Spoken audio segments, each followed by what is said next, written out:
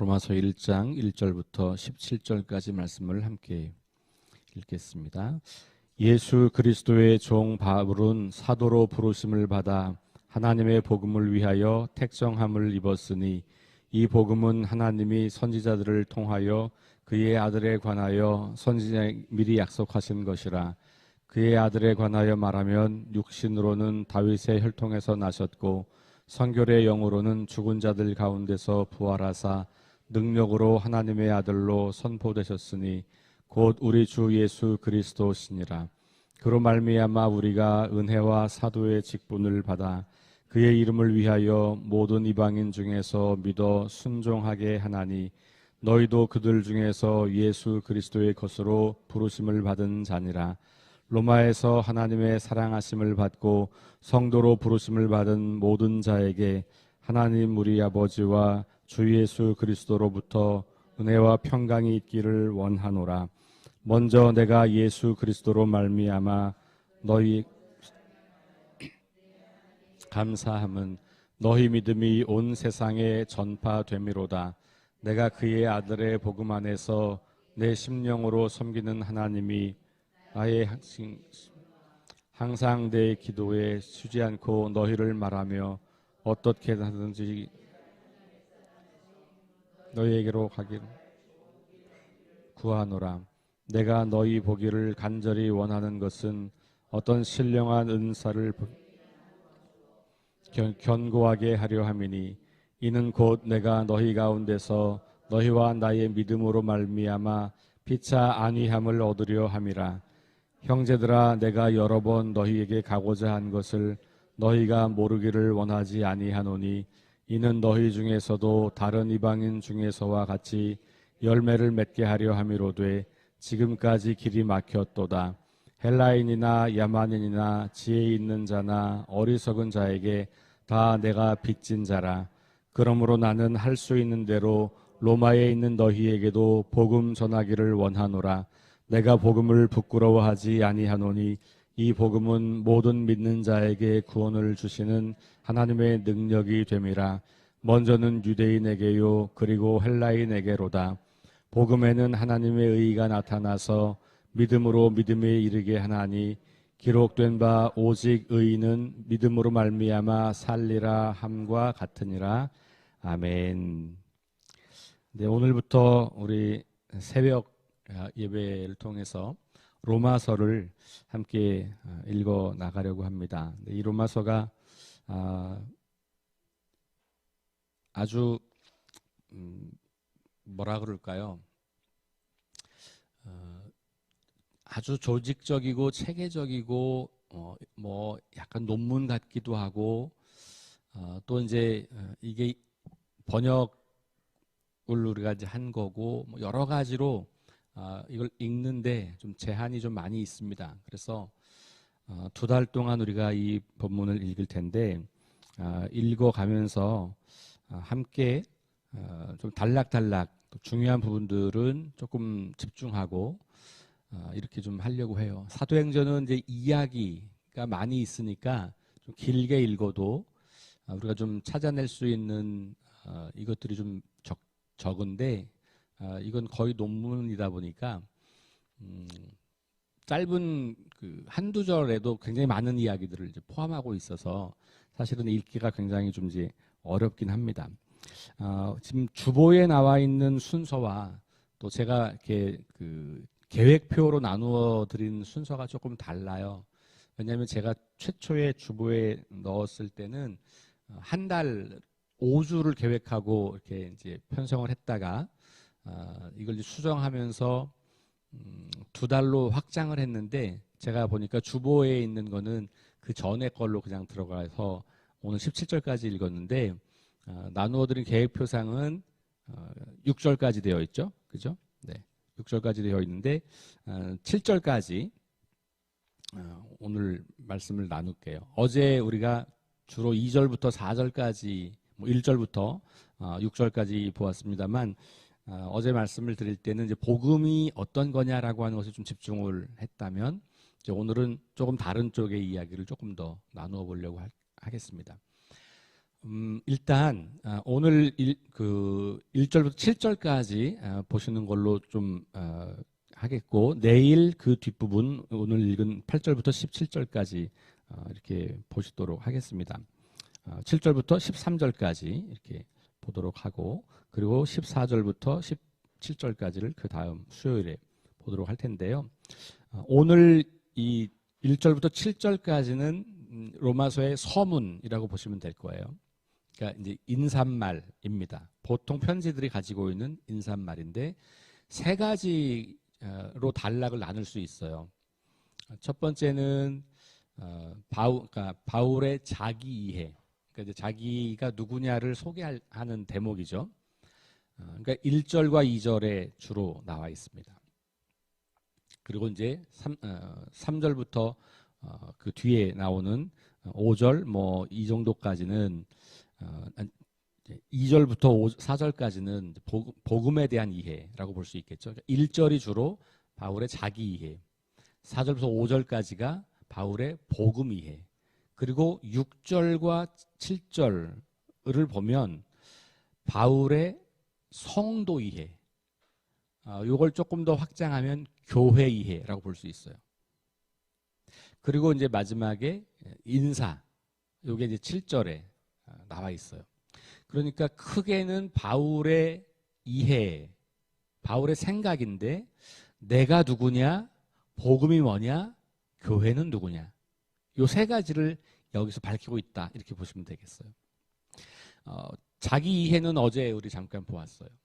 크게 세 가지: 예수 그리스도의 종, 사도로 부름받은 자, 하나님의 복음을 위하여 택정함을 입은 자. 이 세 가지예요. 예수 그리스도의 종이라고 하는 말 속에서 우리가 주목할 것은 관계예요. 예수님과 자신의 관계 설정을 어떻게 합니까? 주인과 종으로 하는 거죠. 그런데 복음 이해를 가면 복음 이해에서 핵심은 뭐였습니까? 예수가 오래전부터 약속된 것이고 그 내용은 그의 아들에 관한 것, 예수 그리스도라고 말을 했고, 예수 그리스도라고 하는 말 속에서 우리가 예수께서 우리의 메시아다라고 하는 거고, 또 다른 표현으로 말하면 우리를 다스리는 분이다, 그러니까 왕이다, 이런 말이고, 그 말은 곧 주인이다는 말과 동일해요. 그러니까 바울의 자기 이해는 아주 철저하게 복음 이해로부터 나오는 거예요. 복음이 뭐냐? 왜냐하면 복음이라고 하는 걸 정의 내린다면 하나님과 나, 조금 크게는 하나님과 인간, 더 크게는 하나님과 세상의 관계를 설명하는 게 복음이거든요.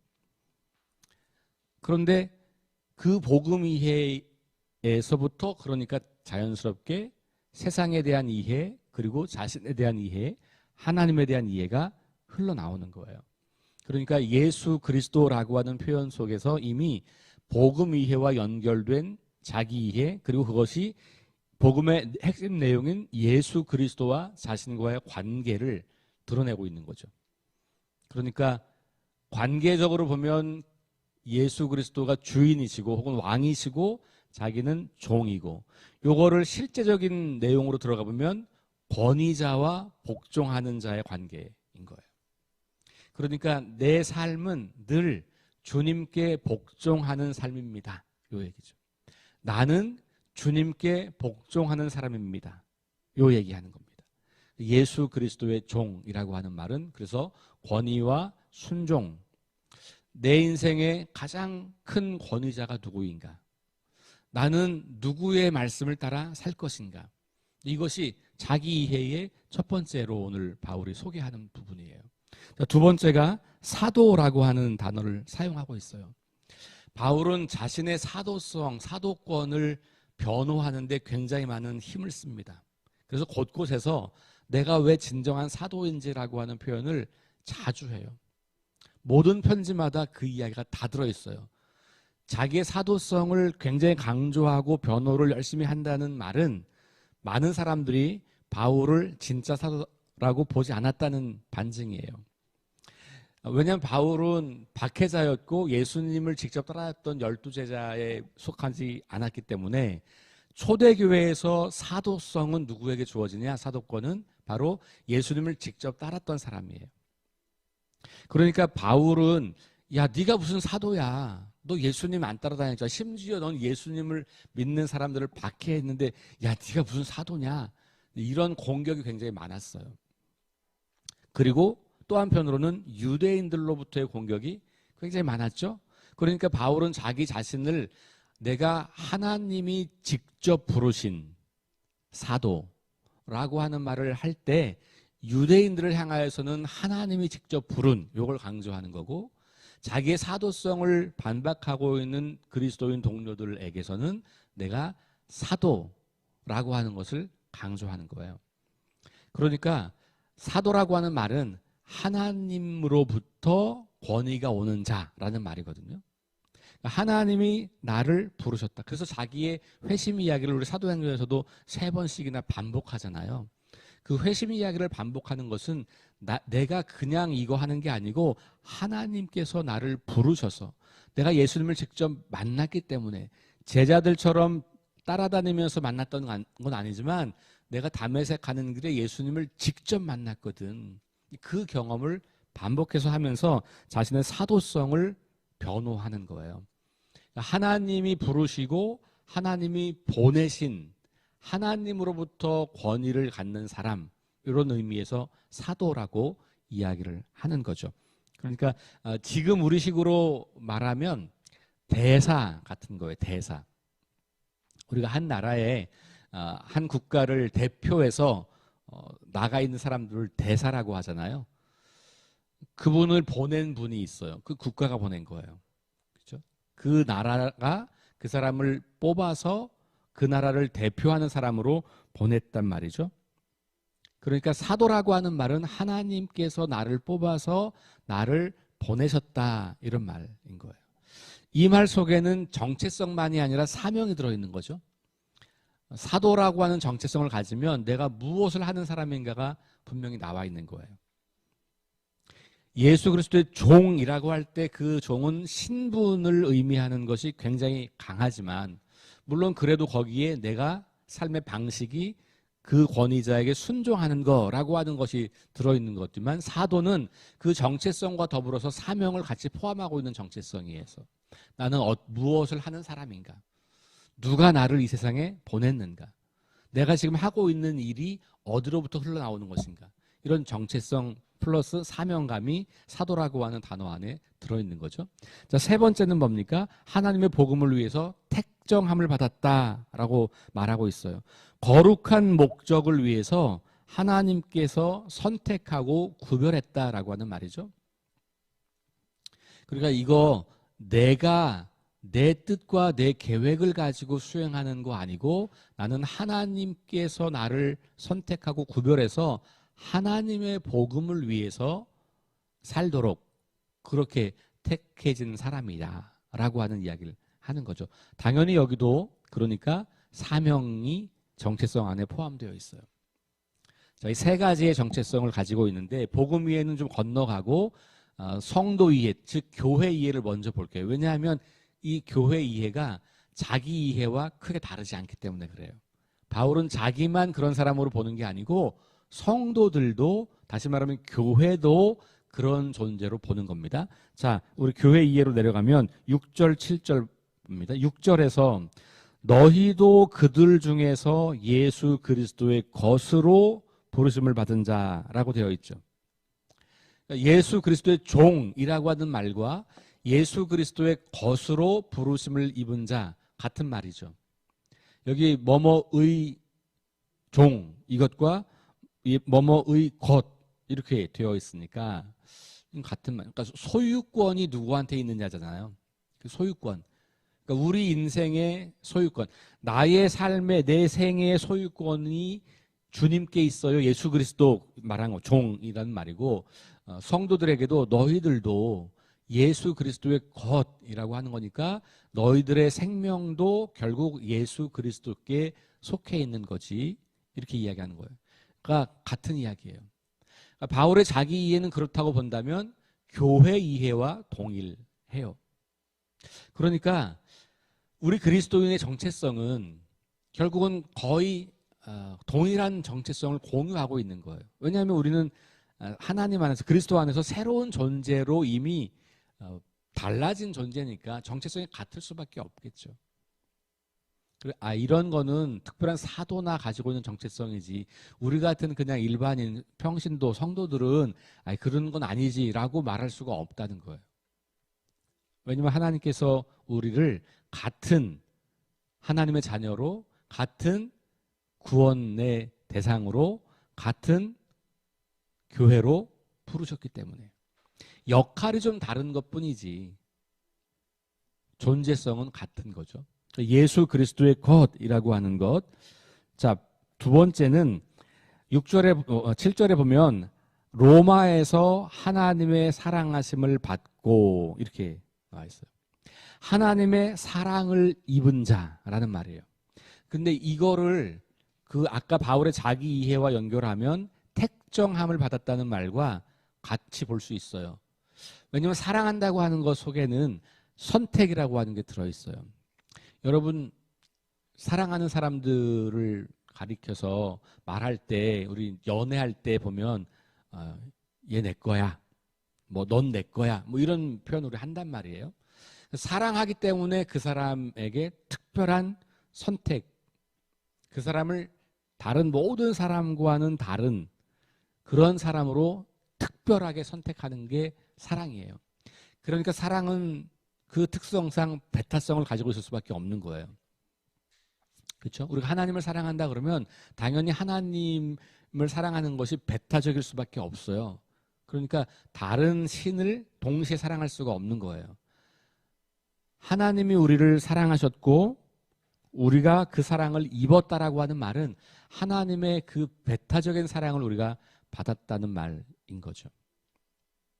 그래서 하나님의 사랑, 하나님의 선택, 하나님의 택정함 이런 것을 우리가 볼 수 있어요. 그러니까 결국 우리 복음 안에 있는 사람들은 하나님의 선택 안에 있는 사람이고 그것은 하나님의 사랑 가운데 있는 것이다. 그렇죠. 나중에 나오지만 전 바울의 표현 중에 뭐 여러 가지가 있겠지만 아주 중요한 표현이라고 생각하고 저 자신에게도 늘 이렇게 묵상되는 표현은 뭐냐면 그 어떤 것도 그리스도의 사랑에서 우리를 끊을 것이 없다.